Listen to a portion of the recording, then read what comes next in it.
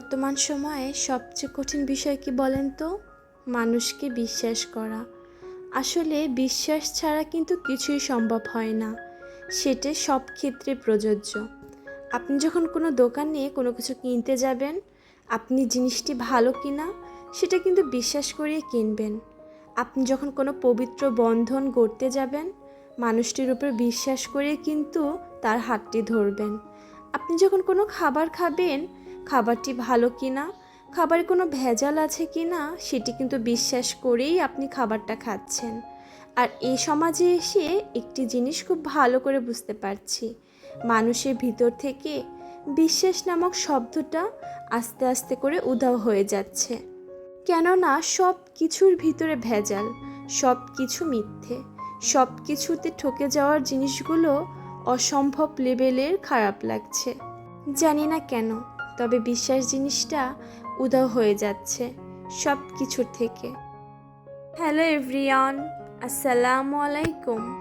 কেমন আছে আমার মিষ্টি আপু ভাইয়ারা? আশা করি দেশ কিংবা দেশের বাহিরে যারা এই মুহূর্তে আমার ভিডিওটি দেখছেন কিংবা দেখছেন না, সকলেই মহান আল্লাহ তাআলার রহমতে সুস্থ আছেন। আসলে সুস্থ থাকা সবচেয়ে বড় নিয়ামত। আপনি যেমনই থাকেন না কেন, আপনার শারীরিক সুস্থতা অনেক বেশি ইম্পর্টেন্ট। সুস্থতা যে কত বড় নিয়ামত সেটি কেবলমাত্র অসুস্থ হলেই বোঝা যায়। অসুস্থ অবস্থায় কিন্তু ঘরের কোনো কাজ বলেন, বাহিরের কোনো কাজ বলেন, কোনোটি করা সম্ভব নয়।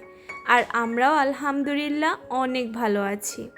যে এম মারফিস ডায়েরির পক্ষ থেকে আমি মারফি সবাইকে আরও একবার ওয়েলকাম করছি আমার নতুন আরও একটি ভিডিওতে। আজকের ভিডিও টাইটেল দেখে হয়তোবা অনেকেই বুঝে গেছেন আজকের ভিডিওটি কি রিলেটেড। হ্যাঁ, আমি ঢাকায় এসেছি। আর কেন এসেছি জানেন? আমার একমাত্র ভাইয়া, সে 2 বছর পরে বিদেশ থেকে আসছে, শুধুমাত্র আমার মেয়েটিকে এক নজর দেখবে বলে। যেহেতু ও পড়াশোনা করতে বিদেশ গিয়েছিল, আর সেক্ষেত্রে ও চাইলেই সবসময় কিন্তু খুব ইজিলি বাংলাদেশে আসতে পারছিল না। আর এদিকে জাইফাকে দেখার জন্য ও অনেক বেশি অধৈর্য হয়ে যাচ্ছিল। মানে আমার সব রিলেটিভরা কিন্তু এখন পর্যন্ত সকলেই জাইফাকে 2 থেকে 3 বার দেখে নিয়েছে। সকলেই জাইফার সাথে খুব ভালো সম্পর্ক গড়ে তুলেছে। তবে বিদেশ থাকার সবচেয়ে বড় কষ্টের জিনিস কি বলেন তো? আপন মানুষকে দেখতে না পাওয়া, সবচেয়ে সুন্দরতম মুহূর্তে কাছে থাকতে না পারা। আমার মনে হয় এর থেকে কষ্ট খুব কম জিনিসই রয়েছে। সবচেয়ে কাছের মানুষের সবচেয়ে খুশির দিনগুলোতে তার কাছে থাকতে না পারাটা অনেকটাই কষ্টদায়ক। হ্যাঁ, আমার ভাইয়া আমার থেকে বয়সে কিছুটা বড়, তবে সম্পর্কে আমরা বন্ধুর থেকেও অনেক গভীর। কিছু কিছু অনুভূতির কথা আসলে কখনোই বলে বোঝানো বা প্রকাশ করা সম্ভব নয়। কিছু কিছু অনুভূতি আসলে এমনই গুরুত্বপূর্ণ হয়ে থাকে, এমনই হৃদয়ের কাছে হয়ে থাকে, সেগুলো আসলে ভাষায় প্রকাশ করা অনেক কঠিন সাধ্য। ভাই বোনের সম্পর্কগুলো অনেক বেশি মধুর হয়ে থাকে। আর যদি আমাদের কথা বলতে হয়, বয়সে খানিকটা বড় হওয়া সত্ত্বেও আমাদের সম্পর্কটা একদম বন্ধুর মতো। ভাইয়াকে দেখার জন্যই ছুটে এসেছি সেই নাটোর থেকে। একদিনের ভিতরেই আমি নাটোর থেকে চলে এসেছি। আর তারপর ভাইয়ার জন্য কিছুটা সারপ্রাইজের আয়োজন করেছি। মানে আমার পছন্দ মতো আমি তার জন্য ফুলের বুকে কিনে নিয়েছি, আর সাথে কিনেছি একটি কেক। যদিও সেটি বাসায় যেয়ে তাকে দেওয়া হবে। আর এখন এতটা গরম ছিল এই দুপুরের সময়টা, আমি চাইলেও ভিডিওটি ক্যাপচার করতে পারিনি। যদিও ভাইয়া যখন এয়ারপোর্টে এসেছিল তখন কিন্তু জাইফা ঘুমন্ত অবস্থায় ছিল। আর এই প্রথম তাদের সাক্ষাৎ হলো। আপনারা হয়তোবা দেখতেই পাচ্ছেন আমার ভাইয়ার মুখে কতটা হাস্যোজ্জ্বল হচ্ছিল। কত দিন ধরে অপেক্ষায় ছিল এই দিনটার, তাই না? বিশেষ করে আপন মানুষ যখন কাছে চলে আসে, এই মুহূর্তের আনন্দের কথা আসলে কিভাবে প্রকাশ করা হয় আমি জানি না। তবে প্রকাশ করার জন্য আলাদাভাবে কোনো ভাষার প্রয়োজন হয় না, মুখের এক্সপ্রেশনেই অনেকটা বোঝা যায়। অপেক্ষার পালা শেষ হয়েছে। প্রায় 2টি বছর আমি আমার ভাইয়েরকে একদমই কাছ থেকে দেখতে পারিনি। ওর সাথে আমার করা খুনসুটিগুলো করা হয়নি। আর সাথে ও আমার মিষ্টি মেয়েটাকে দেখতে পারিনি। সব কিছুর অবসান ঘটেছে। অবশেষে আলহামদুলিল্লাহ আল্লাহর অশেষ রহমতে আমার ভাইয়া সেফলি বাসায় এসে পৌঁছেছে। আর প্রথম এক্সপ্রেশনেই তো বুঝতে পারছেন কতটা খুশি হয়েছিল। আর বাসায় আসার সাথে সাথেই ও যেহেতু প্লেনে ফ্লাইটে করে রোজা রাখতে পারেনি, কোনো ধরনের সেহরি করতে পারেনি, তাইও রোজা রাখা হয়নি।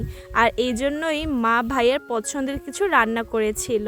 বাসায় ঢুকতে না ঢুকতেই মা ভাইয়াকে নিজের হাতে খাইয়ে দিয়েছে।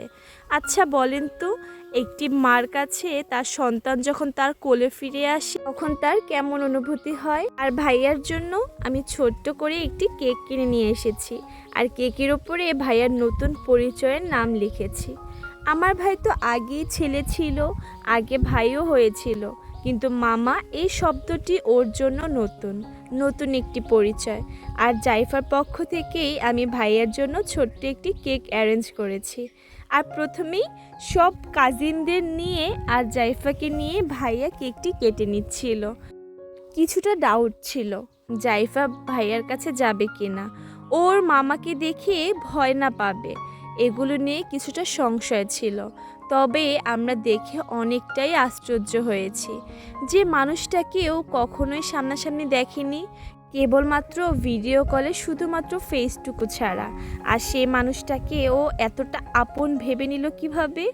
আসলে মামা খালা এগুলো না সবচেয়ে মধুর সম্পর্ক। এই সম্পর্কগুলোতে কখনো কোনো স্বার্থ থাকে না। এদের ভালোবাসাগুলো কিন্তু একদম খাঁটি।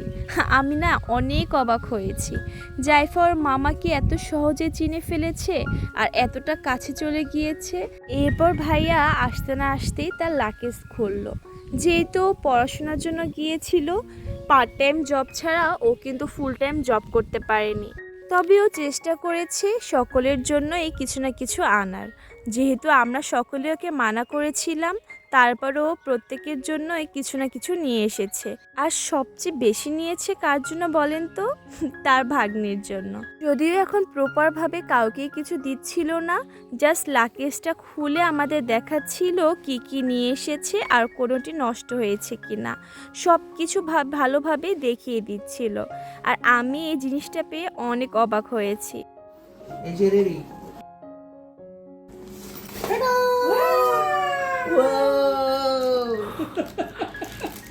এই যে এটা কি খাবে?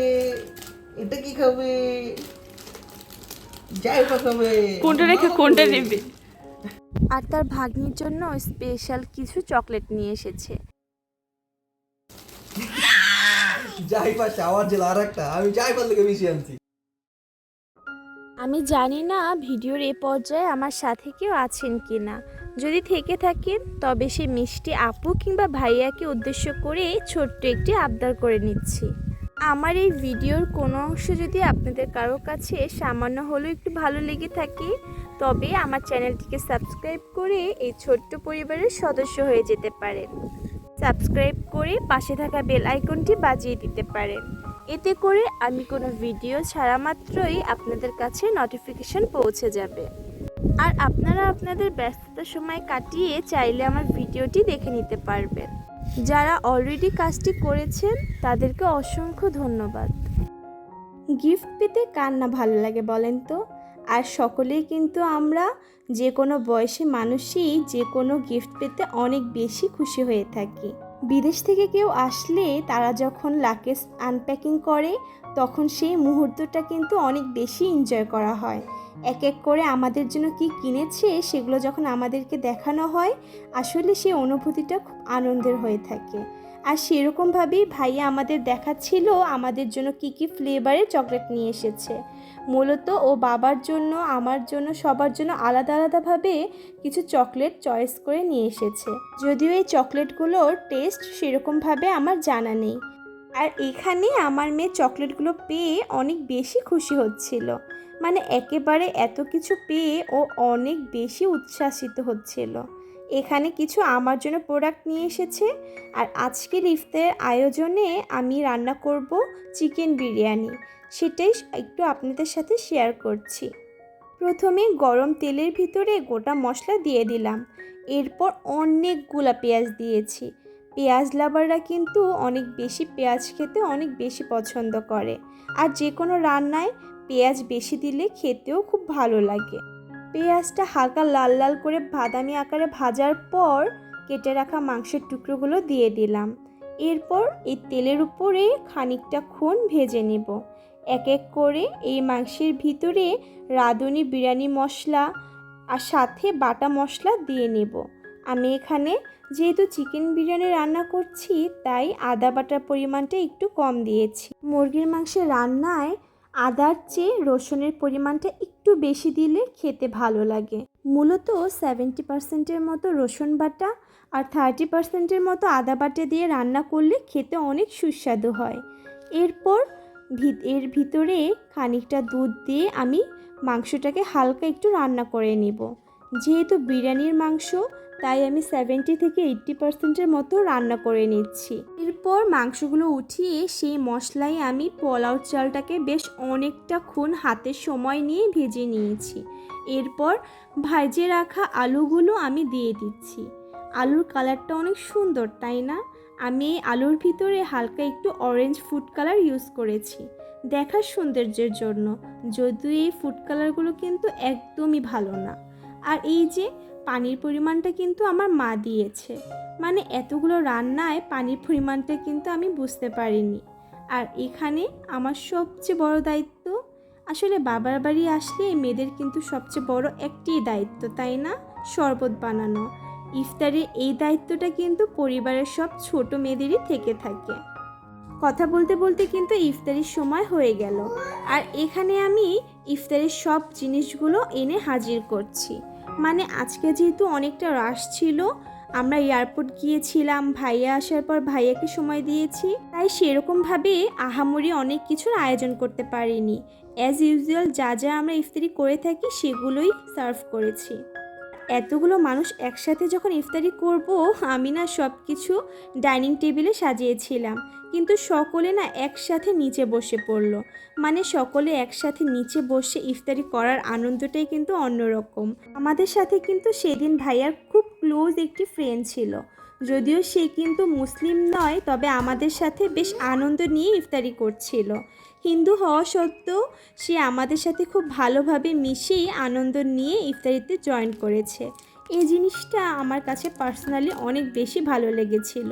অনেক সময় কিন্তু দেখা যায় অন্য ধর্মাবলম্বী মানুষগুলো কিন্তু আমাদের মুসলিমদের হাতে খাবার খেতে কিছুটা অস্বস্তি বোধ করে, তবে ভাইয়ার ক্ষেত্রে এই জিনিসটা অনেক ভালো লেগেছে। সে খুব ইজিলি আমাদের সাথে মিশে আনন্দ নিয়ে বন্ধুর মতো খাবারগুলো খাচ্ছিল, মানে মনেই হচ্ছিল না সে আমাদের মতো মুসলিম নয়। এই জিনিসটা অনেক বেশি মুগ্ধ করেছে। সর্বশেষ খাবার টাবার খেয়ে অনেকটাক্ষণ রেস্ট নিয়ে এবার পালা হচ্ছে চকলেট ভাগাভাগি করার। মানে চকলেট তো কেনা হয়েছে, এরপর আমরা তো তখন দুপুরে যে দেখেছিলাম সেগুলো তো পরিপূর্ণভাবে দেখতে পারিনি, কোনটা কি ফ্লেভার ওরকম ডিটেলসে দেখা হয়নি। তাই ভাইয়াকে বলেছিলাম রাতে সবগুলো ভালোভাবে দেখিয়ে দিতে, আর আমাদের কোন কোন আত্মীয় স্বজনকে কী কী দেওয়া হবে সেগুলো ভাগ করে নিব। যেহেতু এরপর আর সময় পাওয়া যাবে না, ঈদের সময় কিন্তু অন্যান্য অনেক কাজ রয়েছে। আর ভাইয়া আমাদের দেখাচ্ছিল কিছু কিছু চকলেট একটু বেশি এক্সপেন্সিভ, যেমন এই লিন্ডা আর হচ্ছে এখন যে চকলেটগুলো দেখাচ্ছে এগুলো অনেক বেশি এক্সপেন্সিভ, আর সাথে এই চকলেটগুলো সবচেয়ে বেশি এক্সপেন্সিভ। মানে টেস্ট তো বলতে পারছি না, তবে এগুলো আমাদেরকে বলে বলে বোঝাচ্ছিল। এর ভিতরে কিছু কিছু চকলেট একান্তই আমার ছিল, মানে এই ক্যাডবেরিটা কিন্তু আমার, সাথে নিচে যে ক্যাডবেরি দুটো ছিল বড় বড় ক্যাডবেরি তিনটি শুধুমাত্রই আমার জন্য। এই ছিল টোটাল চকলেট কী কী কিনেছে সেগুলোর ডিটেলস। আর এখন সবার জন্য এক এক করে ভাগ করে নেওয়ার পালা। আপনারা কিন্তু কমেন্ট করে অবশ্যই জানাতে পারেন আমার ভিডিওটি কেমন লেগেছে। যদি ভিডিওর কোনো অংশ আপনাদের কারোর কাছে সামান্য একটু ভালো লেগে থাকে তাহলে প্লিজ আমার চ্যানেলটি সাবস্ক্রাইব করে এই ভিডিওটি একটি লাইক করে দিবেন।